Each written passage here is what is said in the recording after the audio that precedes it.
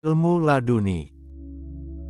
Ilmu laduni ialah pengetahuan yang diterima secara langsung oleh hati manusia melalui ilham, iluminasi, penerangan, atau inspirasi dari Tuhan. Pengetahuan ini diperoleh seseorang yang saleh dari Allah Subhanahu wa Ta'ala tanpa dipelajari lebih dahulu melalui suatu jenjang pendidikan tertentu. Oleh sebab itu, ilmu tersebut bukan hasil dari proses pemikiran, melainkan sepenuhnya tergantung pada kehendak dan kurnia Allah Subhanahu wa Ta'ala. Dalam tasawuf dibedakan 3 jenis alat untuk komunikasi rohaniyah, yaitu 1. Kalbu, hati nurani, untuk mengetahui sifat Tuhan, 2. Roh untuk mencintainya, dan bagian yang paling dalam, yakni 3. Sir, rahasia, untuk musyahadah menyaksikan keindahan, kebesaran, dan kemuliaan Allah Subhanahu wa Ta'ala secara yakin, sehingga tidak terjajah nafsu amarah kepadanya. Meskipun dianggap memiliki hubungan misterius dengan jantung secara jasmani, kalbu bukanlah daging atau darah, melainkan suatu benda halus yang mempunyai potensi untuk mengetahui esensi segala sesuatu. Lapisan dalam kalbu disebut roh, sedangkan bagian yang terdalam dinamakan sir, kesemuanya itu secara umum disebut hati. Apabila ketiga organ tersebut telah disucikan sesuci-sucinya dan telah dikosongkan dari segala hal yang buruk lalu diisi dengan zikir yang mendalam, hati itu akan dapat mengetahui Tuhan. Tuhan akan melimpahkan nur cahaya keilahiannya kepada hati yang telah suci itu. Hati seperti ini diumpamakan kaum sufi dengan sebuah cermin.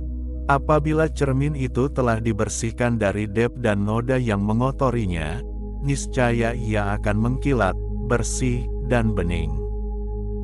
Pada saat itu cermin tersebut dapat memantulkan gambar apa saja yang ada di hadapannya. Demikian pula hati manusia, apabila telah bersih, ia akan dapat memantulkan segala sesuatu yang datang dari Tuhan. Pengetahuan seperti ini disebut makrifat musyahadah atau ilmu laduni. Semakin tinggi makrifat seseorang, semakin banyak pula ia mengetahui rahasia Tuhan dan ia pun semakin dekat dengan Tuhan. Meskipun demikian, memperoleh makrifat atau ilmu laduni yang penuh dengan rahasia ketuhanan tidaklah mungkin karena manusia serba terbatas, sedangkan ilmu Allah Subhanahu wa Ta'ala tanpa batas, seperti yang dikatakan Al-Junaid, sufi modern, cangkir teh tidak akan dapat menampung segala air yang ada di samudera. Keberadaan dan status ilmu laduni ini bukan tanpa alasan. Para sufi merujuk keberadaan ilmu ini pada Al-Quran Surah 18 ayat 60-82, yang memaparkan beberapa episode tentang kisah Nabi Musa alaihissalam dan Khidir alaihissalam. Dalam episode pertama, Nabi Musa alaihissalam diperkenankan oleh Khidir alaihissalam mengikutinya dengan syarat tidak boleh menanyakan apa saja yang diperbuatnya. Perbuatan pertama yang dilakukan Nabi Khidir alaihissalam ialah melubangi perahu. Melihat perbuatan tersebut, Nabi Musa alaihissalam bertanya, "Mengapa engkau melubangi perahu itu yang akibatnya bisa menenggelamkan penumpangnya?" Karena pertanyaan tersebut ia segera mendapat teguran dari Nabi Khidir alaihissalam dan ia segera menyadari kehilafannya. Dalam episode kedua, Nabi Khidir alaihissalam membunuh seorang pemuda dan peristiwa itu segera pula dikritik Nabi Musa alaihissalam. Namun ia segera mendapat teguran dari Nabi Khidir alaihissalam yang membuatnya sadar seketika. Selanjutnya dalam episode ketiga, Nabi Khidir alaihissalam membangun dinding rumah yang hampir runtuh. Melihat peristiwa itu, Nabi Musa alaihissalam tanpa berpikir panjang berkata pula, "Jikalau kamu mau, niscaya kamu ambil upah untuk itu." Dengan episode ketiga berakhirlah kisah antara Nabi Musa alaihissalam dan Nabi Khidir alaihissalam. Sebelum berpisah, Nabi Khidir alaihissalam menjelaskan segala rahasia perbuatan yang telah dilakukannya kepada Nabi Musa alaihissalam.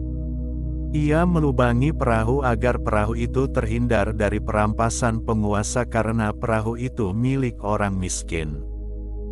Ia membunuh pemuda itu karena ia khawatir pemuda itu akan menyeret kedua orang tuanya pada kesesatan dan kekufuran.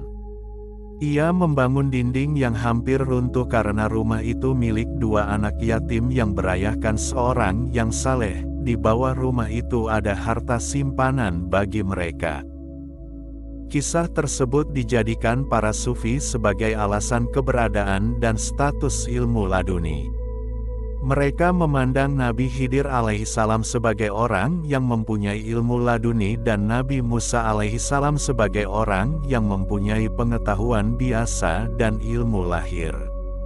Ilmu tersebut dinamai ilmu laduni karena di dalam surah Al-Kahfi 18 ayat 65 disebutkan, "Wa alamnahu min laduna ilman."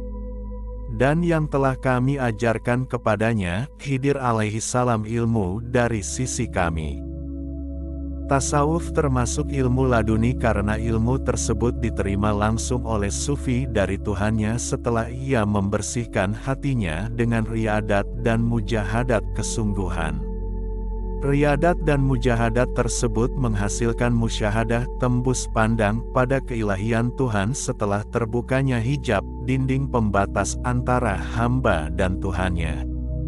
Ketika itulah seorang hamba menerima limpahan ilmu laduni.